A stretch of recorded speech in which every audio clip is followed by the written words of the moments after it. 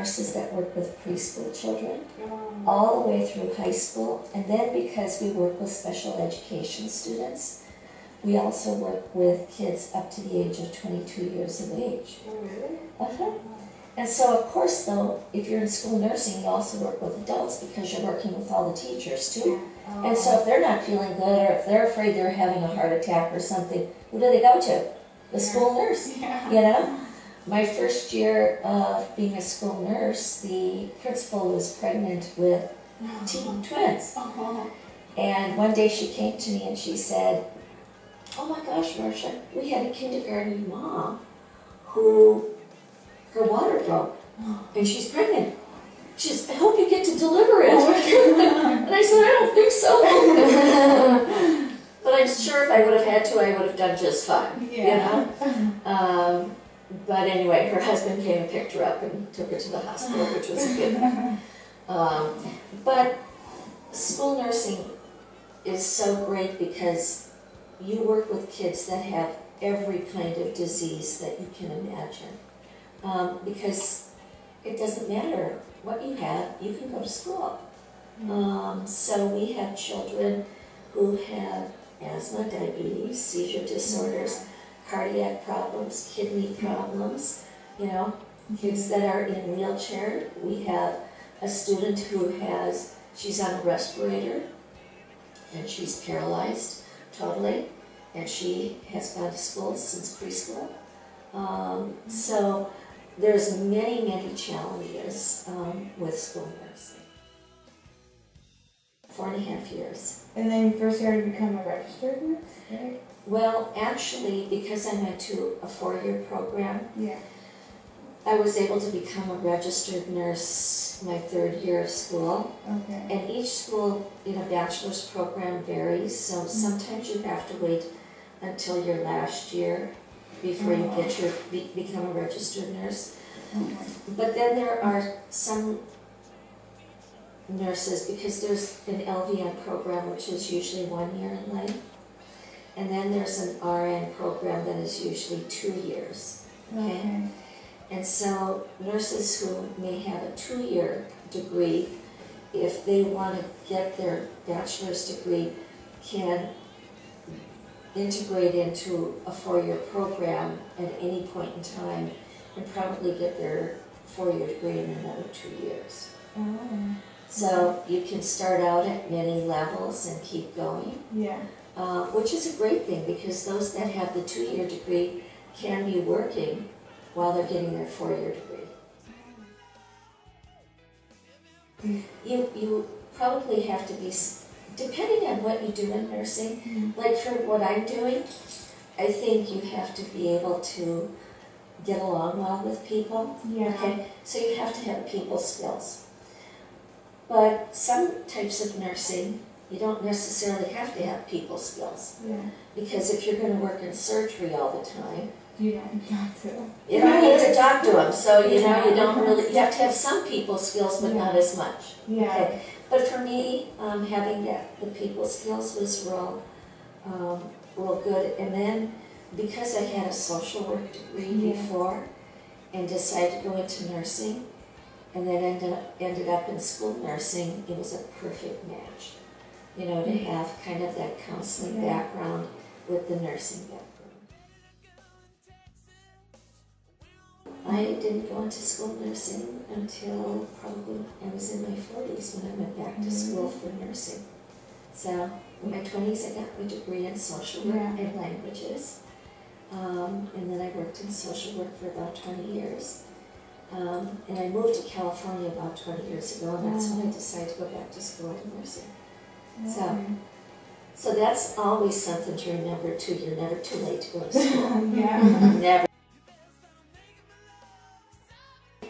For nursing, you have to have, I think, a good foundation in science. You know, science, and some math, but probably science more than anything you have to have. No, I was good at science. So everything was kind of easy? Yeah, well, nursing school can be really tough. Very tough. But I like challenges like that. And I do like school. I love school. You know?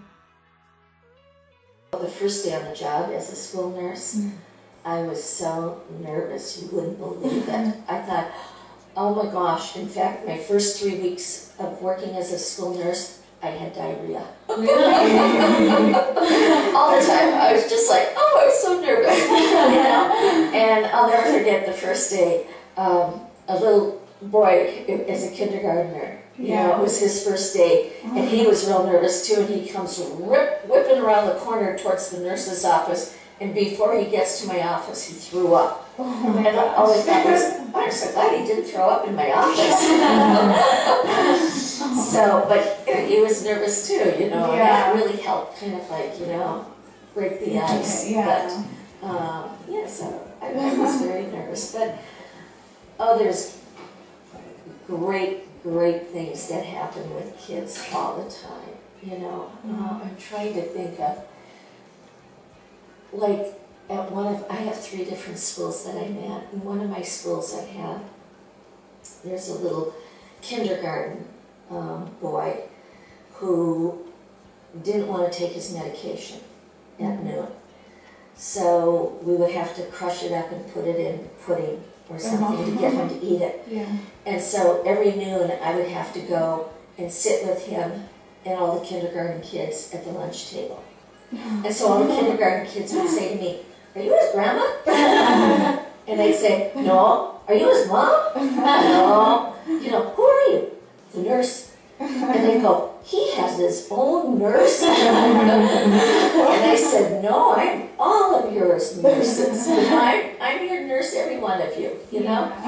And so I've gotten to know all these kindergarten kids, and it's so much fun because when they see me walking across campus, you know, I know them by first name, you know, and they run up and give me hugs, you know.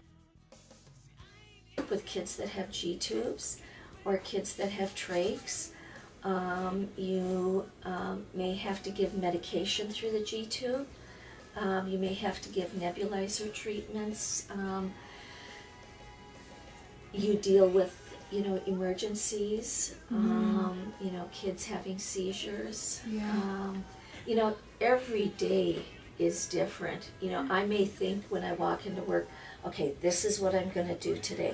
This, and this. And I walk in, and it's completely different, you know, than what I thought it was going to be. So, and you know, a lot of kids who have problems, like at home, or,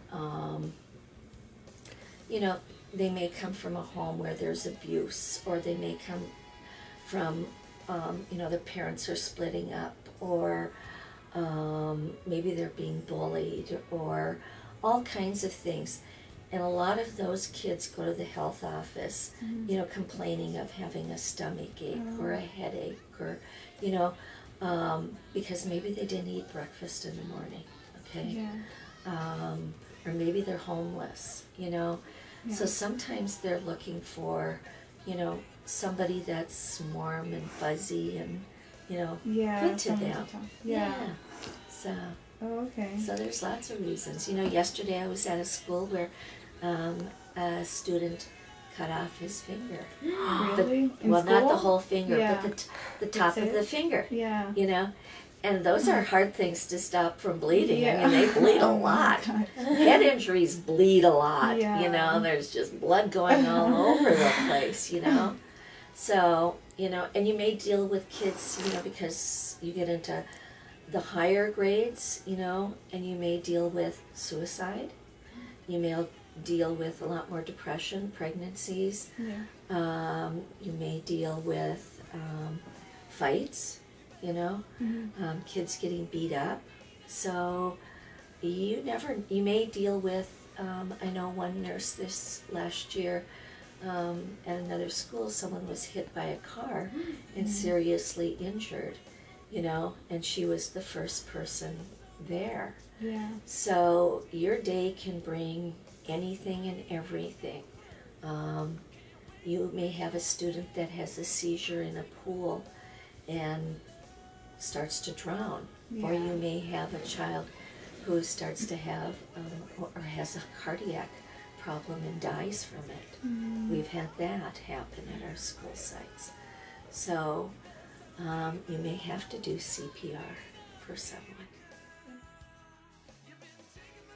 One of the things that, and in fact, I used to be coordinator for the whole district of all the nurses. And when I would hire nurses, I would look at, their skills on being able to stay calm in situations. So even though inside you might be feeling like, oh my God, I know. The thing that's real important is you're the person that's really calm. Yeah.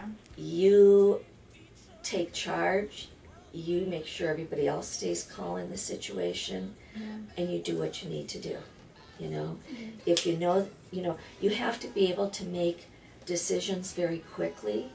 So if you need to call 911, you need to do it very quickly. And I've had to do that, and I knew right away, and all I said was, call 911. I told somebody else to go get me gloves. I told somebody to get me wet paper towels. I had people going every which direction, and I just keyed in on the child and what was happening to that child and took care of her. Okay. So you stay calm. And then maybe you'll go home and cry, but you do it, and then you come back the next day and you start over.